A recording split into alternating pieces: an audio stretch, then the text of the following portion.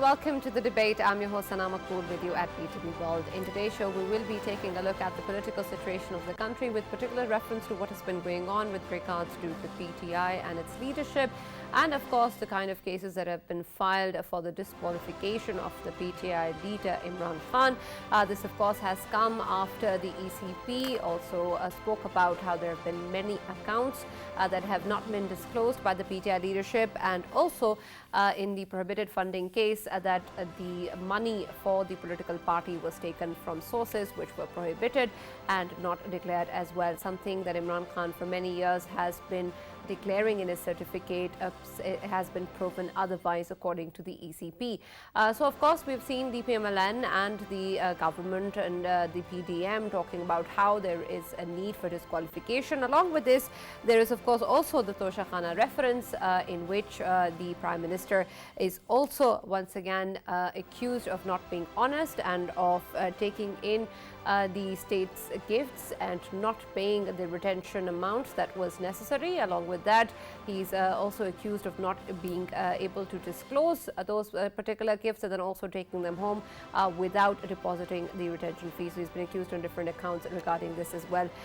We also understand that of course the PTI leadership has spoken time and again regarding a conspiracy, has been speaking against state institutions and talked about their role in the political environment in the country, something that the PMLN and its leadership has categorized as a tactic or a narrative that is used to divert the attention away from the prohibited funding case and the Tosha Khana case. And of course, when we take a look at all of these situations, we're going to try and understand the kind of difficulties that exist for the PTI leadership and the political party as well, and then also try to understand what is going to be the future course of action from the government and the PDM regarding Imran Khan and the kind of legal aspects that are involved in this. At the same time, we also know that PTI leader Shahbaz Gill was earlier arrested for comments that he made on a television channel where he was inciting mutiny against the armed forces, and of course this is the reason why he was arrested. An FIR was also lodged against him, and then he was also given 2 days physical remand, something that the PMLN and the different political parties as part of the PDM have been demanding in terms of an increased or physical remand or extended physical remand. So we're going to try and explore that in further detail as well, as to see what exactly is it that is going to be gained out of that and how the government wishes to pursue this matter and what is going to be the outcome of this case. So we're going to take a review of the entire political situation of the country in this show today. And with me, as usual, in the studios, it's Farrukh Pitafi and Faisal. And we've also been joined online by Mr. Zulfikar Ali Bhutto. He's a leader PPP. Mr. Zulfikar, are you with us? Yes, great. Yes, how are you doing? Thank you very much for joining us in the debate. Let me first start off by speaking about the kind of measures and strategy that is being taken in by the PDM and the PMLN, the government, in terms of the demand for disqualification against the PTI leadership. We'll come to the legal aspects of that as well, but when we look at the kind of statements that have been coming in from the PTI leadership and the kind of evidence that the ECP is pointing towards, and then of course the Tosha Khana reference as well, do you think that this is a base enough for disqualification of the PTI leadership, and then of course the kind of repercussions that this also involves, considering the fact that inevitably we have also seen that despite these statements, the narrative and the kind of talks that have been coming in from the PTI leadership, we still saw a large amount of public gathered in the recent rally by the PTI leadership, and we still see that the popularity of the PTI and its leadership has really not gone that down. So in consideration of all of these factors, how do you wish to pursue this, and do you see this as something that is inevitable in terms of the disqualification? Bismillah ar-Rahman ar-Rahim. Thank you very much for inviting me to your show. Well, there are a number of things that you have discussed. Let's start from, it seems like that Mr. Khan is in a difficult position and things are going towards a disqualification because of number of facts, because of the foreign funding case, because of the Tosha Khana reference, and because of the instigation and the provoking in the institution, between the institution of the state That is one important thing, that they have been selling their narrative to the public. But the thing is, on the ground, if we look at Article 5 of the Constitution states that loyalty to the state, and Mr. Khan is not showing, and even his followers are not showing the loyalty to the state. They have been provoking and instigating in the armed forces, in the state institutions, that there must be some kind of dispute among the ranks of the institutions. And plus, I want to get back to the Tosha Khana reference. There are a number of gifts which he have taken from the state, and he has not declared. I am telling you on the state television that he has not declared, he has not even paid the fee for that, those gifts. So few of the gifts that he has taken, and if you look at the decision which was taken when he was the prime minister of the country, that 50% of the amount must be paid from the person who is going to take the gift. But when he got the gift, so he did not follow that decision of the cabinet, and he paid 20% of the amount.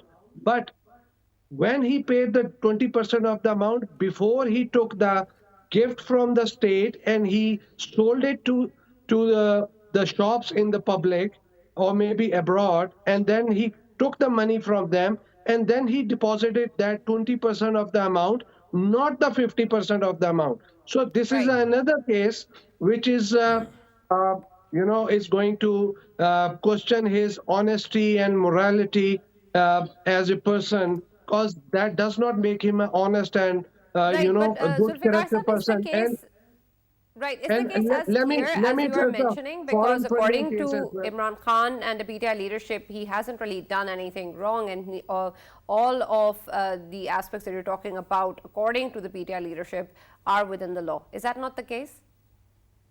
Actually, the thing is, they can claim whatever they want to claim. PTI leaders are themselves very corrupt. I don't see any person who is very competent or capable during the last three and a half, more than three and a half of Mr. Khan's tenure. They have performed anything which has turned around the table or made a difference for the country or for the people of Pakistan. And there was no impact creation in Pakistan. In fact, Mr. Khan has brought the country on the crossroads where we are facing the political instability, the economic instability, the foreign relation with the global world are in questions till he was in the government. And all those damages and repairs are being done by now Mr. Bilawal Bhutto Zardari on the foreign relations. And there is another team of the cabinet members who are working to fix the economy and other issues which have been ruined by Mr. Khan. And Zulfikar Sahab, my question to PTI friends and Mr. Khan is that Mr. Khan, you're living in a house of 300 canals, and you have claimed many times so far that you have no source of income, no industry, no factory, no nothing that where you earn money. And can you please tell us that what are your sources of income other than which have been supported by Mr. Halim Khan and Mr. Jangir Tareen, who have been running your house kitchen? And now, who is running your kitchen? When Right. you have no Zulfikar source Sahab, of income, how can you run a country? You have yeah, no Zulfikar idea. Sahab, Yes, Zulfikar sir. Sahab, if we obviously talk about the Banigala house, I think it was discussed in the previous cases as well, and then obviously decision came. Whoever's favor, courts, they have decided on it. In this particular Tosha Khana case, as you have earlier mentioned, that there were certain examples in which, of course, they did not even declare any gifts, and they took home. Number two, another violation was made, that was that rather than paying the 50% of the amount, the 20% was paid, as you have mentioned, and them gifts, first they were sold and then later on they were paid, and few of the gifts, they were not even declared as gift given to the PM, and they were just, not even showed to the Tosha Khana. As you have mentioned all of these facts about this case from your side, can you say that once the case is obviously debated upon in the courts, it would be an evidence that would be undeniable evidence, and we will see former Prime Minister Imran Khan getting hooked in it? My personal opinion in this case that it will damage his reputation and character, being a honest and a person of a morality. That is going to the Article 62 uh, and 63 of the Constitution is going to apply on him, whether he is honest person or not, whether he is be able to contest election on these grounds or not. Because only honest people and people who are with good character and morality can come into politics. That's what he have been claiming for rest of the people in different parties. So my viewpoint is that that is going to give him a big damage. But there are other references, especially the foreign funding case, is going to give him a fix. Tosha Khana reference may give him a relief, not such a big damage, but definitely going to give him a damage, but not a big damage to him. But foreign funding case will be an open and shut case where he's going to be in a fix, and his politics is going to be Right. All right. Let me welcome in the show Senator Kamran Murtaza from JYF. Thank you very much, Senator Kamran, for joining us and being a part of the debate. Can you hear me? Hello. Senator Kamran, are you with us? Yes, sir. Right. We're of course talking about the kind of references that have been filed against PTI leadership, particularly Imran Khan, and then of course the fact that when we look at what the government seems to be looking for in terms of these cases, or demanding or saying is the right consequence is disqualification of the former Prime Minister. How do you see these particular cases in terms of whether or not we're actually going to move towards disqualification? Zulfikar Ali was saying that there is a lot of clarity in these cases, especially the prohibited funding case is an open and shut case. Is that so? There are two issues against former Prime Minister. One is one that has been recently decided by the Election Commission of Pakistan. And again, there are three limbs of that case. One is disqualification under Article 62 1F, and the other is ban on the party within the meaning of Article 17, that was Section 212, and further that was Article 15 of the PPO. The other case which has recently been filed before the Election Commission of Pakistan, that is regarding Tosha Khana. And in that Tosha Khana case, that is open and shut case, that is also that speaks about the concealment of the facts by the former Prime Minister, Mr. Imran Khan. Right. Senator Saab, but when we look at the kind of actions that have been taken, particularly against the PTI leader Shahbaz Gill, and the kind of accusations that are being put forward, there's of course also the fact that the PTI leadership currently enjoys a lot of popularity. Do you think that these references can be looked as a political move, and perhaps the merit that you're talking about is not really going to be seen by the public at large? Popularity is another thing one can judge with his own perspective, but the question is implementation of law in this case. Admittedly, the law has been violated by the PTI, by the PTI leadership, and when the law has been violated, it would take its own course. Right. Yeah. All right, good. Carry on, please. Gill has also admittedly violated the law. Even Imran Khan has objected on his speech. If I'm not wrong, he said that one of the contents of his speech was not proper. So the speech on which himself is objecting, then on that speech, if he has been arrested, there is no harm that he may be prosecuted even. So, Right, Senator Kamran. Faisal will go back to Senator Kamran as well. But Farrukh, when we take a look at the issue of popularity versus the legal consequence, legal course of action that goes ahead, is this even something that we can pit against each other? Or do you think that these two are devoid of each other in terms of what's going to happen, and whether or not politically the damage that is being caused has nothing to do with what the legal cases may be? Right. Sana, just to actually reiterate what kind of cases the former Prime Minister is facing. One is, of course, a foreign gifts case. That is Tosha Khana case, where certain gifts were sold and they were not declared, or they were declared or misdeclared. Usually it is thought that they first have to be submitted to Tosha Khana, where they remain, and then you declare, and then you pay, and then you get it out. That wasn't the technical, method that was used. Right. That is one case. The second one is a so-called prohibited funding case. The third one is asset declaration case, because the former Prime Minister had met it again by that time when he became Prime Minister, and at that time the sources of income of his wife were also not declared.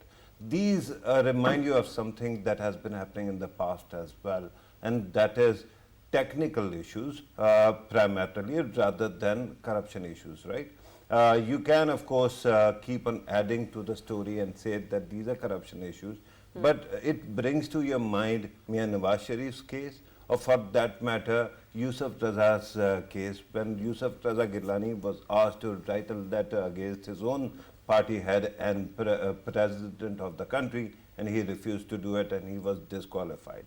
If you're going to judge it by that, standard, of course, Imran Khan Sahab is toast, because the former Prime Minister, Mian Nawaz Sharif, was disqualified for life on the basis of one simple fact, that he did not declare something that he had even not received, right? That is actually a technicality and a stretch. But there is another very instructive story here. Imran Khan Sahab right now might be actually riding this wave of popularity that comes with the reactionary politics, and we have seen this happening in the past as well. But there is something else that you have to learn. People's Party had these cases, particularly Saray Palace and others, and the necklace case and all that. They chose to actually fight it not in the legal courts or courts. They went for a political narrative. So what happened in the end? In the end, it burned them down. They are a party that is at this moment reduced to one province. Similarly, PMLN initially actually was buoyed by the fact that it was building this political narrative. But because they, in the end, when you talk about Panama case, they could not actually produce some kind of a coherent argument in front of honorable court, and then it was a verdict came. It actually burnt them down as well, and now they are shrinking, right? Similarly, PTI might be at this moment, you might think that it is expanding, but the way Imran Khan Sahab first attended the issue of his house where he lives now, and its custody and overall succession of asset management and all, if that kind of approach is adopted, and if he actually fights these cases in the courts rather than in public opinion, he will benefit from it. But if he repeats the examples of PMLN and People's Party, it is going to hurt him really in the long run. And secondly, there is a fourth case that you have to remember, that people refer to as Farraghogi case, right? And that is purely in the narrative domain. But usually when you look at what is going on, one does get this impression that something fishy was going on, because Punjab CM was not being replaced. Right. If that narrative is not deconstructed through courts, not through political means, then again he will be toast. In coming days, PTI might get some kind of boost in the short run, but in the long run, remember that all these parties are secular parties, or so-called secular parties. If they go down, what is going to happen? We saw TLP, we saw other parties. Yeah. They can actually come up and they can totally take over the system. So it is very important for all these parties to once again go back to the courts and actually solve their legal problems there. Right, and Farrukh, just to clarify, they will not be able to avoid the courts altogether also, right? In terms of the popularity wave, they'll have to eventually, even if they do take that course, eventually come back to the courts. Yeah, it will come back also, and somewhere in the system, because it has been actually narrated out in the public, it is going to actually come back and keep on haunting them. Sure. But that is not the concern at this moment. The bigger concern is that when you don't actually solve these issues in time, what happens is that in the end you get a narrative. For example, we know that the former president, Asif Ali Zardari, spent 10 years, 11 years in jail. But the fact that every time he was, there was a peshi and he had to go to the honorable court, but there was some kind of letter or alibi that he has to go there and or he is ill. That's why delaying tactics were used. That somehow is not taken into cognizance. In the end, it actually burns your electorate down. It actually affects your popularity. Absolutely. Sana, with your permission. Yes, Zulfikar Sahab, earlier you have mentioned that of course this Tosha Khana case, it might not, obviously take Imran Khan to cleaners in that way that he gets disqualified or something like that, but of course it would be very good to obviously diminish the sort of PTI's wave. You might have something with yourself that obviously the people would come to know the reality about Imran Khan, what he has been doing in the premier office while he was in there. But question is, of course, Pakistan is a country where courts, they are not being shown live on TV like they do in America. Of course, in America, if there are hearings, then all of them hearings and debates between the lawyers, they are shown live on TV and people get to know about it. In Pakistan, it does not take place. But if you tell me that all of these facts, they will be shared on social media, then the reality, the ground reality on social media is that their social media team has sort of outsmarted the other parties. Would you agree with me that if on social media his trial is going to take place, then it would not be a successful achievement? And even if that was the case, if something like that does happen, if we're talking about a hypothetical situation here, then how much of that should even be part of the kind of decision making that we require from the judiciary or the courts? I mean, should that even matter? You see, the thing is, it is the discretion of the court to allow to go for a live hearing or not. But so far, we haven't seen any court who is allowing any channel to go live. And these are the courts of law. So we have to keep in this mind that these courts are going to follow the rules, constitution, and they will go by the books. Whatever law says, they have to follow. The other question is of social media and the popularity. There is the one vote is of a popularity vote, the other vote is of a successful vote. Successful vote might not be a popular vote, but Imran Khan does have a popularity right now, but because he have managed and outperformed rest of the political parties right now by using the medium of social media. So all the political parties must do their homework and try to follow what PTI is using that medium and how can they follow that path, or maybe they can become competitive to what PTI is doing our social media strategy. The thing is, when the court is going to take a decision, they are going to take a decision based on the law and the facts, based on the evidence. And social media, you cannot keep a check because there are sometimes make-up stories and you come up with the stories. So it depends on all the rest of the political parties.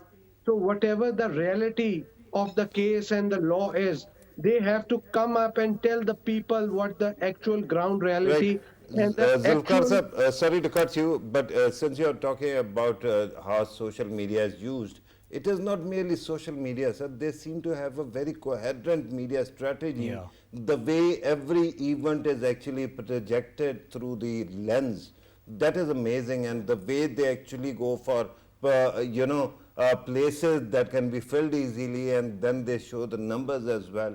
Why is it? What is stopping your party, or for that matter PMLN, which now enjoys so many resources because they are in power, to actually go ahead and do exactly the same thing?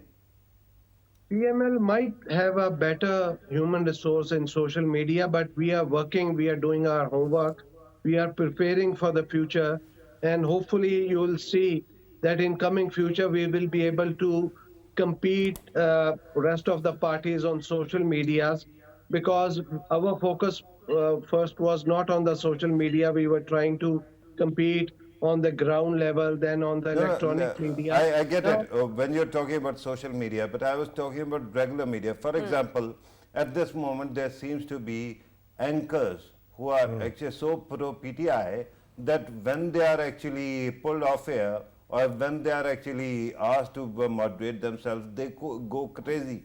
I don't see that kind of anchors working for any other, supporting any other party. For example, PMLN, or for that matter, People's Party. Your party used to be the ideological one, right? And the optics are also important. People are watching in their houses on television, and PTI's numbers are showing on the screen. Your party actually doesn't gather people in other cities, with the exception perhaps of Sindh province. So that actually becomes some kind of fait accompli as well. you see, we really worked hard before coming into power. Mr. Bilawal Bhutto Zardari done a long march uh, for with a slogan of against the inflation and price hike, and we have been working hard on the grounds as well in Punjab as well. But what happened actually, once we came in power, and because of the inflation, that has done a damage to all the Yeah. political parties, national unity parties who are allies in the government. So that is a damage that will be repaired with the passage of time. And we are focusing right now. Yes, I agree with you on one point, that we have not been doing a relation PR on building relationship with anchors, and all those television anchors and people, they have creating a perception against the ground reality, and they are repeating the lie until it's known as a real truth of the ground reality. In fact, the ground reality is different what have been shown on the different television channels by the different anchors, but we respect them all. Uh, Right. and But there's another thing that I want to talk about is we have, of course, seen the Prime Minister offering the political parties to come together for a Charter of Economy, and he's been emphasizing on this for quite some time now.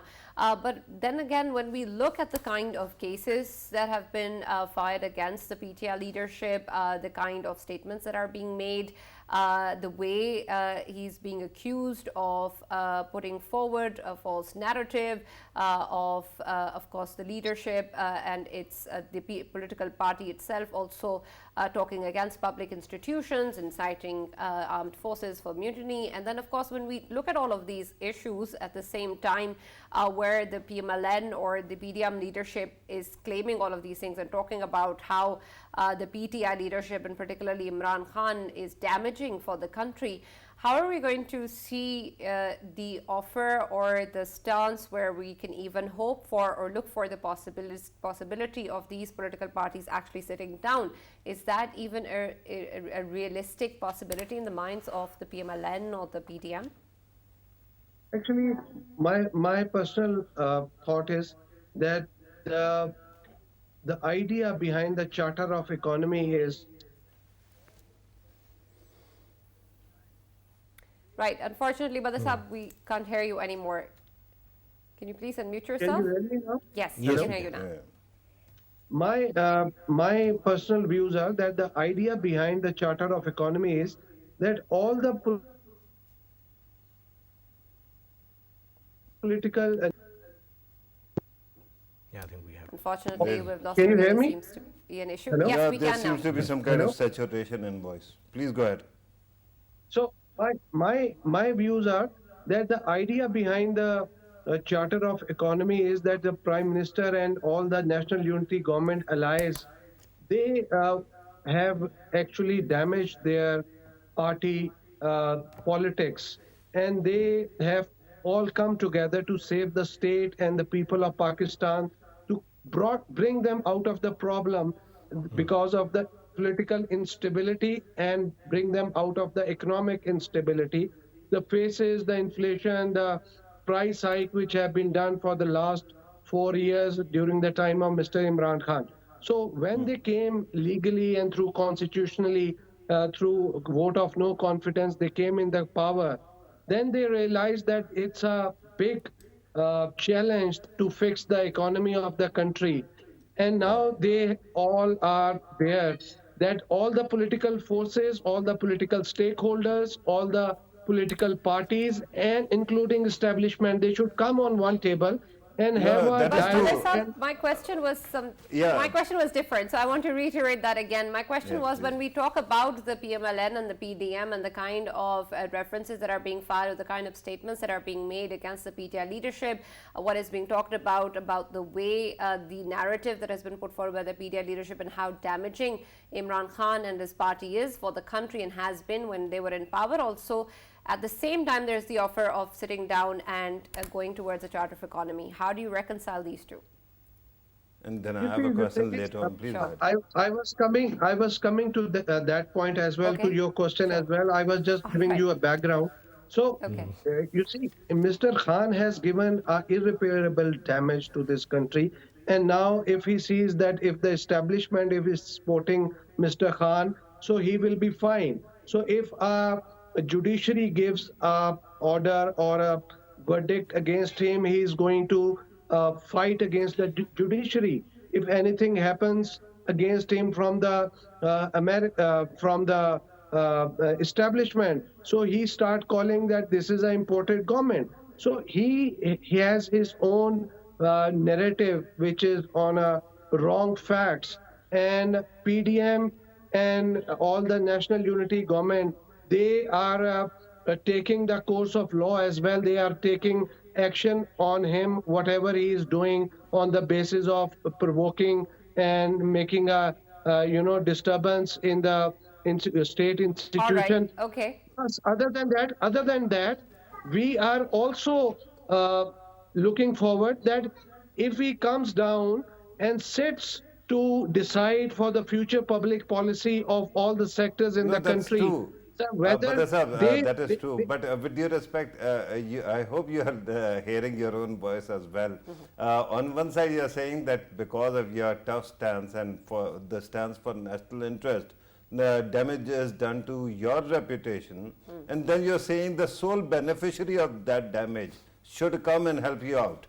That is one aspect that I don't know. I don't have any way to actually reconcile. Yes, and I still haven't understood Yeah, that. but secondly, I have to actually further probe the two things that you said. One, the damage itself, Yeah. and the second one, you keep on referring to the current coalition as the unity government. Now, the unity government has somewhere around 12, 13 constituents. They have all major political parties. They have actually ruled the country for quite some time, and they are very smart people as well. But then you compare it with what PTI did, the party you think destroyed Pakistan. In the final days, Imran Khan Sahab actually projected himself as a martyr of a independent foreign policy, using Russia and this memo and all those issues as to his advantage, and he is capitalizing on that. And you're telling us that your party and the party that is ruling along with you, PMLN, they, despite sacrificing for the good of nation, becoming actual martyrs, cannot even capitalize on that. The thing is, politics is an art of possibilities. And in politics, whether you are in government or opposition, you have to have a flexibility.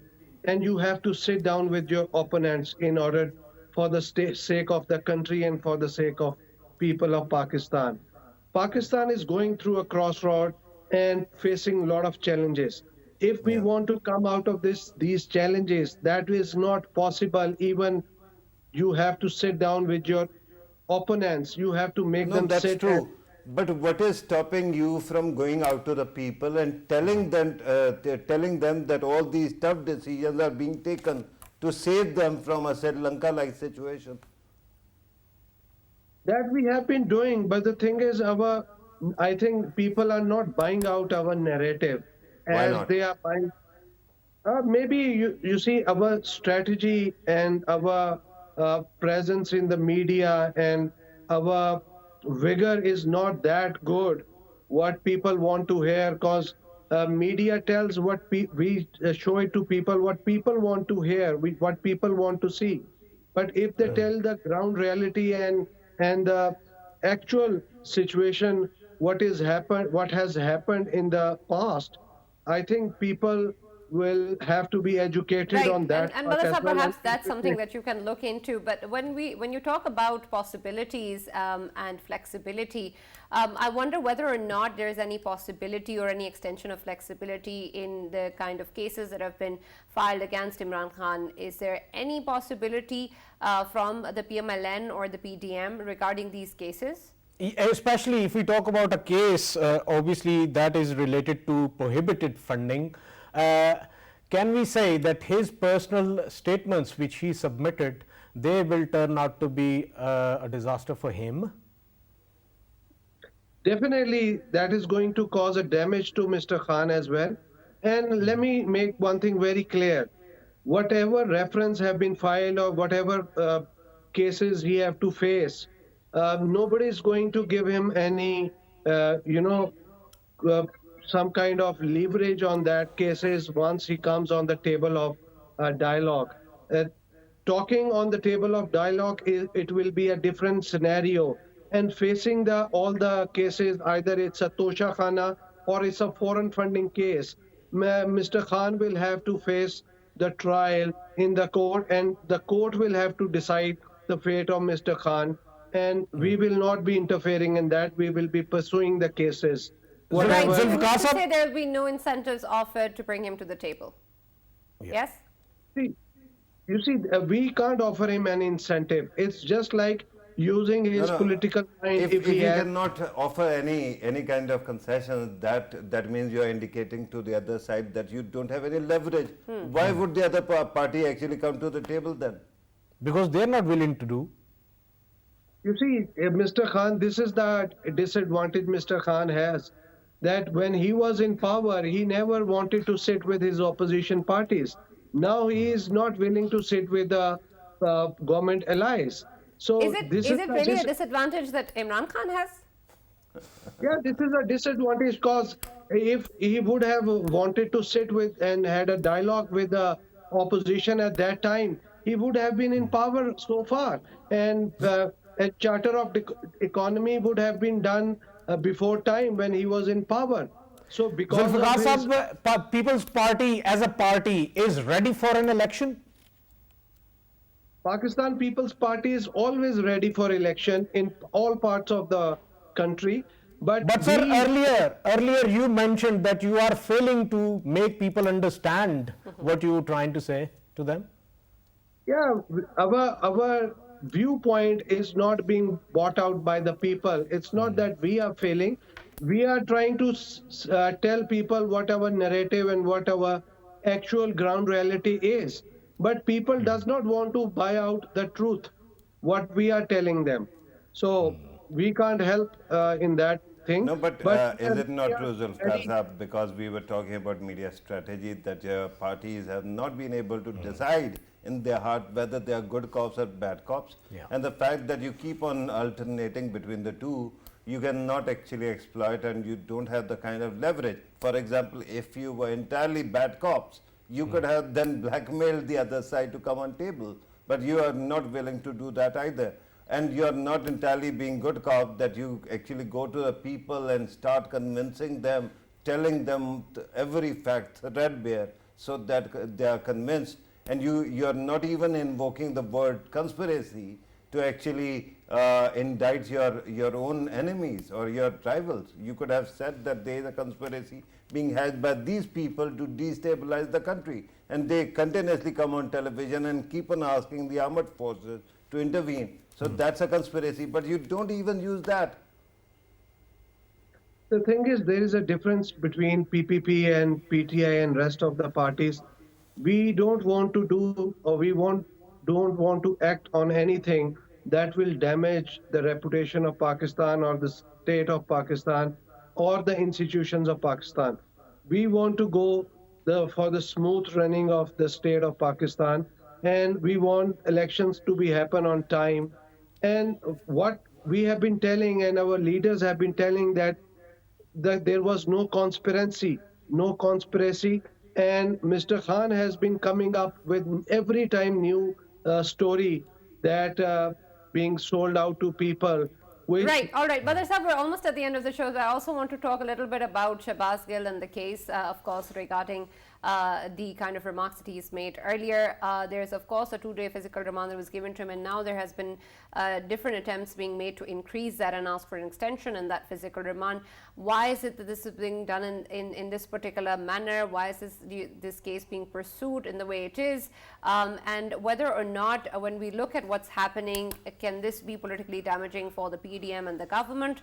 And when we look at this particular case, can this be something that is a way for the government or the different political parties as part of the PDM to sort of use or exploit Imran Khan against? And can I very quickly add to this question regarding how much power do you have to do all these things? Are they being done on autopilot, or are you contributing to it? Because the previous Prime Minister used to say that he was helpless and he didn't have power. Your coalition is even more fractured. So do you think that at this moment it was a clever decision to take over the government? You see, it was not a clever decision, but the decision was made to save the country and people of Pakistan. All the political parties, including our party, we have been damaged by no, but not... with you respect your politicians, you are not a Idhi Sahab that you can just sacrifice and say that we did it for the nation. You are politics, you are in this business for the benefit of your political party or vision as well. That's true. I agree that we are politicians, but we have a principled political party. We don't want to do anything which is going to harm our state or the people of Pakistan. Sometimes you have to give damage in order to save the state or the people of Pakistan. So whatever has been done, this is all the decision, all the political parties. You see, all the people, they were our opponent, and most of the party were opposing each other in the general election. And there is one point agenda that they all have been together in today's government as a national unity government, because they all have sacrificed on one point, that they want to save the nation of Pakistan and the people of Pakistan. Because sometimes politicians do have to make a sacrifice. And I think it's about time that we should have taken such a hard decision and tough decision, and which this government is doing it. I'm not All right. Thank you very much, Mr. Zulfikar Ali Bhutto, for joining us and being a part of the debate and talking to us at length regarding the political situation of the country. Of course, there are still so many question marks that remain, but we hope to see better days that will shine on the political situation of the country and, of course, the economic situation of the country as well. There are numerous challenges ahead, but we really hope that we can see the kind of efforts that are needed despite the way that things are evolving, and despite the possibilities being small. We really hope we can see the change that Pakistan currently needs. That's all that we have from the debate. See you tomorrow.